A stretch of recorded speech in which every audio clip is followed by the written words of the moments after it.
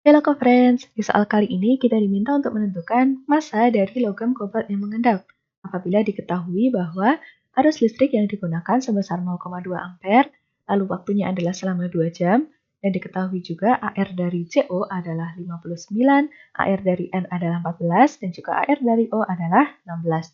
Yang ditanya adalah massa dari kobalt yang mengendap. Nah, di sini kita memiliki larutannya adalah CoNO3 dua kali. Jadi dari data-data ini dapat kita tentukan kasus yang terjadi adalah elektrolisis suatu larutan. Nah, tahap pertama yang harus dilakukan adalah menguraikan larutan yang kita miliki, yaitu CoNO3 dua kali. Di sini akan terurainya membentuk CO2 plus dan juga 2NO3 minus.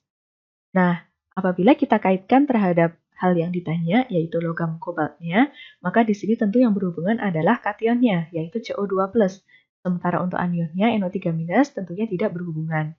Nah, pada suatu elektrolisis suatu larutan, ada aturan-aturan yang harus kita penuhi untuk menentukan reaksi yang terjadi pada katoda maupun pada anodanya. Karena tadi yang terlibat langsung adalah kationnya, yaitu CO2+, maka di sini yang kita bahas adalah aturan terkait katodanya saja. Nah, pada katoda itu terjadi suatu reaksi reduksi. Reaksi reduksinya itu bergantung pada keberadaan kation tertentu.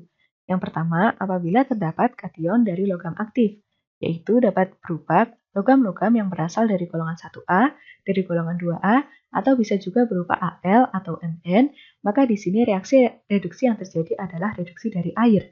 Kenapa justru air yang mengalami reduksi? Karena AR0 reduksi dari logam-logam aktif ini lebih rendah daripada AR0 reduksi air. Nah, sementara itu apabila pada katoda terdapat kation yang lain. Yang dimaksud kation lain adalah selain logam aktif yang telah disebutkan.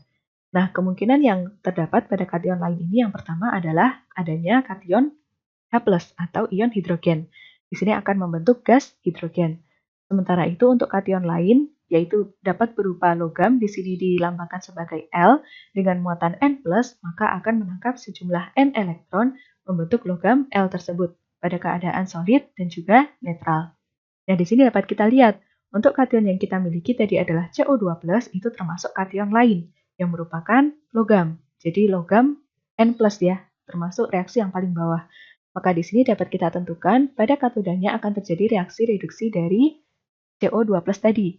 Jadi CO2+ menangkap 2 elektron akan membentuk logam CO pada keadaan solid. Nah, CO pada keadaan solid inilah yang massanya akan kita ketahui. Jadi massa logam kobalt yang mengendap itu disimbolkannya adalah sebagai CO pada fase solid di reaksi ini.